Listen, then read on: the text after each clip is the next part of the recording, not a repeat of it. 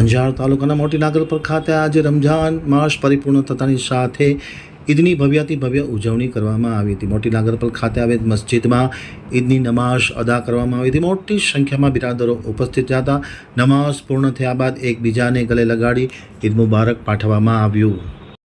આજરોજ અંજારના મોટી નાગલપર ખાતે કોમી એકતા અને ભાઈચારા સાથે ઈદ ઉલ ફિત્રની ઉજવણી કરવામાં આવી। ત્યારે ઈદના ખુતબા મૌલાના ઇકબાલ સાહેબે જણાવ્યું કે રમજાન માસમાં રોજા રાખવા એ તમામ લોકો માટે જરૂરી છે, જેના કારણે શરીર તંદુરસ્ત રહે છે અને ઇસ્લામ ધર્મના મહાન મોહમ્મદ પૈગંબર સાહેબની સુન્નત પણ છે અને અલ્લાહ તરફથી ફરજ પણ છે, એટલે તમામ મુસ્લિમો રોજા રાખવા જોઈએ।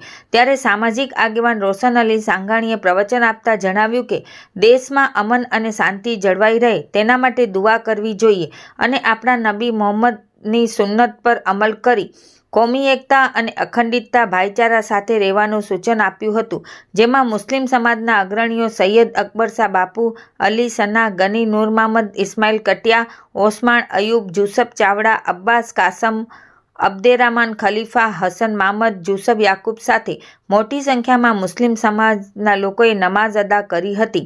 ત્યારે કોમી એકતા સાથે મોહસિન અલી, રિઝવાન અશરફ, મહેંદી અલી, સરપંચ જયસુખ જેઠવા, ચંદ્રપુરી ગોસ્વામી, ચેરમેન અરવિંદ મહેશ્વરી, જગદીશ મહેશ્વરી ગ્રામજનો દ્વારા એકબીજાને રમજાન ઈદની મુબારકબાદ આપવામાં આવી હતી।